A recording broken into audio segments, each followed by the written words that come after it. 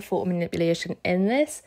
I quite like Photoshop Photoshop for the iPad, because it doesn't have all the features I normally rely on.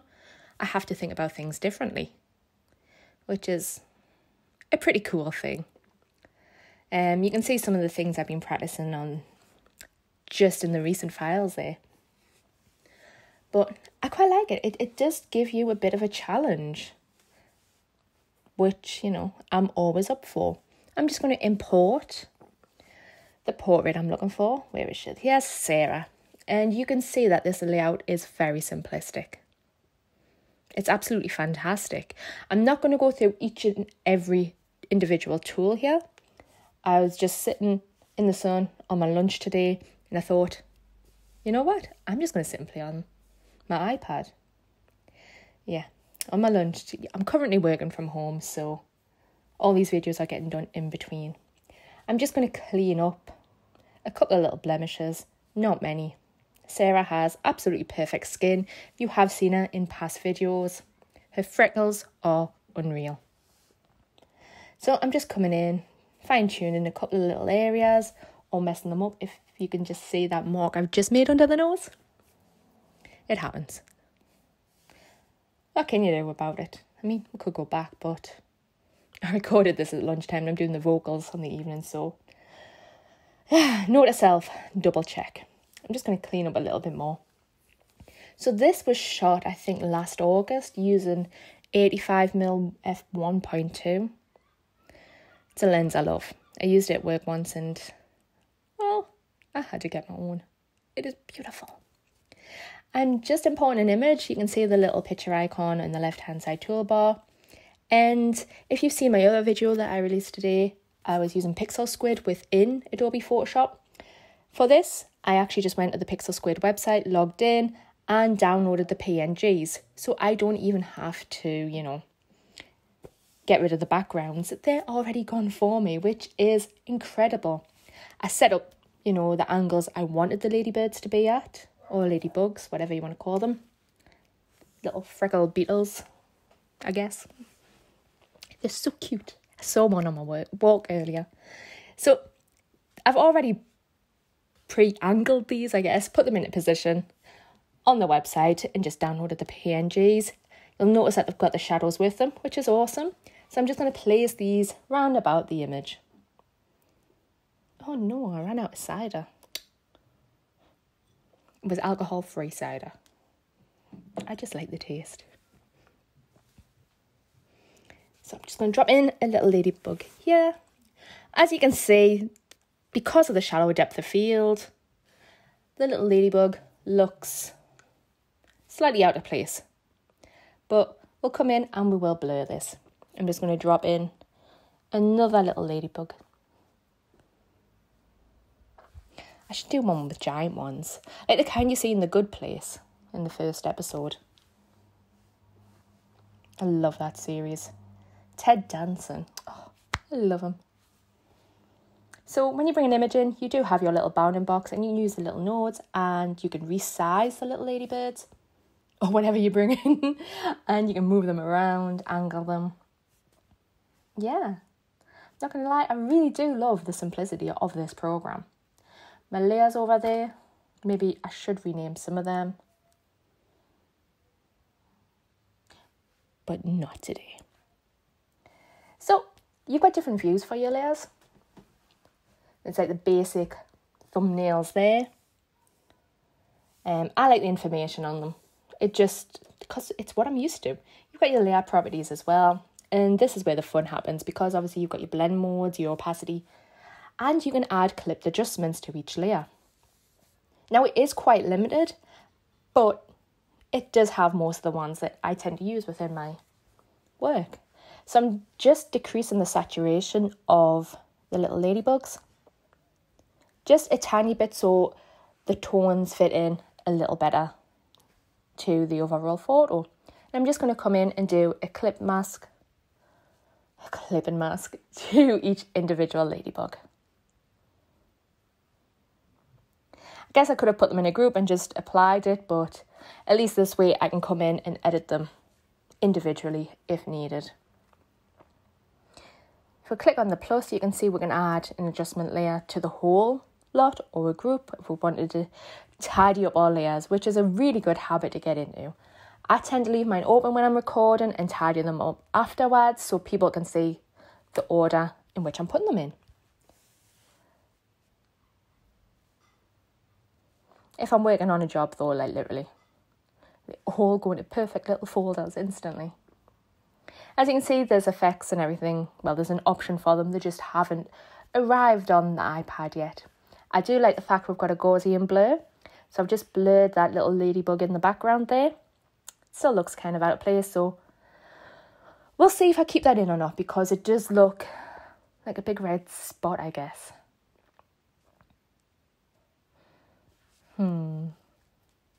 Let's play around with the other ones and see how we'll go from there.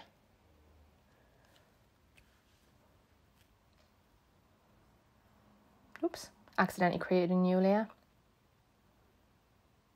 So I'm obsessed with working on my iPad.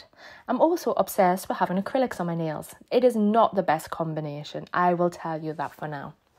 I'm always pressing buttons and parts of the screen that I shouldn't be. So we're just going to apply Gaussian blur to the little ladybug along the jawline, just because that is where it starts going out of focus or coming into focus. So it shouldn't be as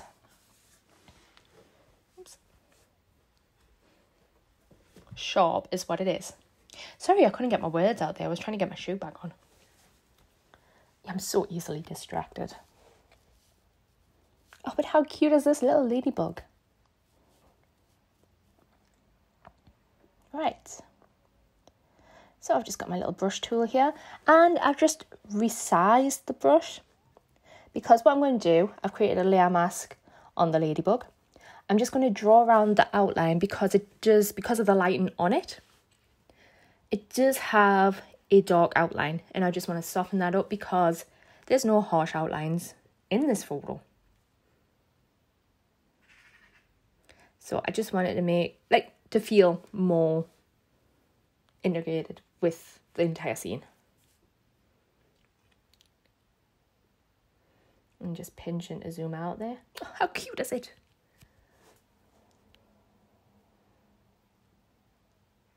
I want to name it now. I've created a new layer, and I'm just going to go for a darkish colour, not quite black. Again, because there's not too much black in the scene, and I'm going to paint an extra shadow under the ladybird. Just because while the shadow to the right of it fits in quite nicely, it doesn't feel as grounded as what it should be. So I'm just going to blur that. This is just the easy way of adding a shadow. I've done 2 dots there if you didn't realise. One towards the outer part of the legs and one closer to the body. So obviously with it being a lighter grey and not the full opacity of the brush, it would build the colour up so it would look darker directly under the ladybird.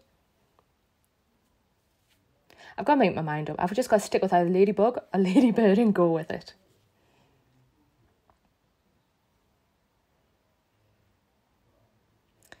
Right, just selecting them both because I'm going to move them around.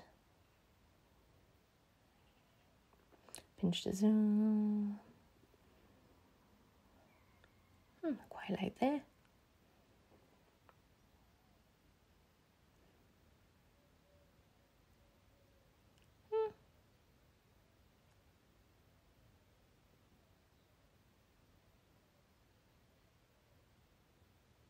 So I've just selected my top layer, and what I'm now going to do is create an adjustment layer after I've accidentally created a brand new blank layer. I'm going to create a brand new adjustment layer, and I'm going to play around with the colour balance just to see what I can get from this. Obviously the colour balance within the iPad is a global adjustment. You can't come in and do the lights, the shadows, the mid-tones, which is cool. I can live with that. So I'm just going to play around and see what looks good to me. Because I have noticed that the iPad screen displays colours a lot differently to the desktop, to a Mac. So I'm just going to play around and let's see what happens. Let's just change the blender mode. Oh, the freckles look amazing on overlay, but I can't justify it. So I'm going to come and create another one. I'm going to play around with the curves. So I had a pleasant surprise when I was playing with the curves earlier. So not only can you do the standard curves, obviously you've got your 3 channels there, your RGB, which actually gives you a lot more freedom to play around with the colours in your image. I'm just going to create a slight S curve, bring out the freckles. I'm just going to grab that node and bring it down a little bit. Ooh. Right, no greens. I'm going to end up with green, I totally am. Do you ever find you go through phases of colours? I know I've mentioned this before, but I don't know what it is about 2020, but I love the colour green in photos. Oh, actually. Warm. Too red. Oh, too green, but I love it.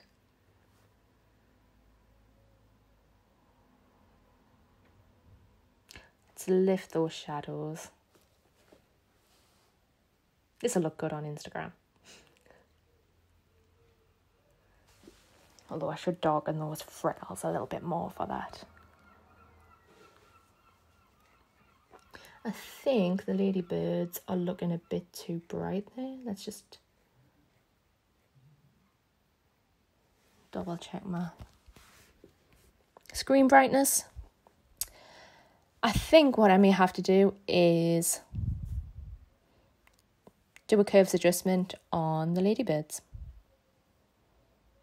Oh, I've had to decide on this colour.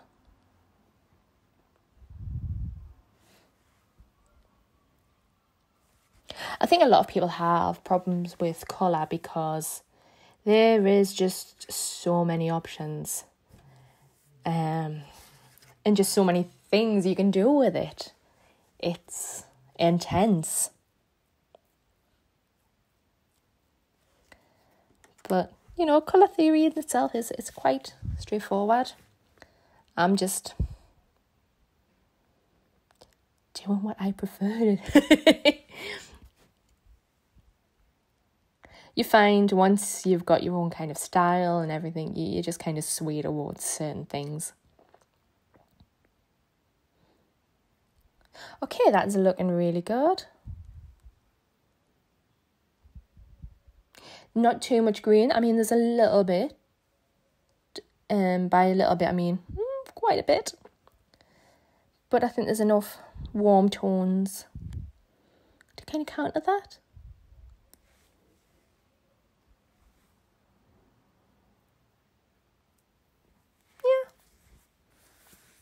So what I am thinking about now is what I mentioned a couple of moments ago is about these ladybirds. They're not looking quite right. They're not fitting in the scene. They're still looking a bit too prominent. And yeah, I think the way around that is to add an adjustment curve to it, to each individual one.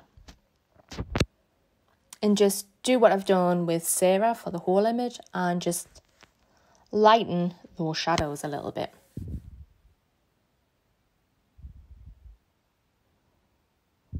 Too much?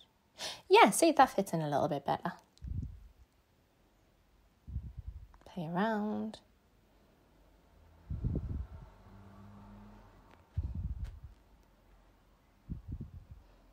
I'm going to have nightmares about ladybugs tonight. That's all I see when I close my eyes. So as I'm just fine tuning this, while Photoshop for iPad is very basic, I think you can actually create some fantastic work on it. Again, it's just whether you're up for the challenge or not. I can see why people are disappointed, because they do want the whole, like, Adobe Photoshop for desktop on here. But that would be crazy.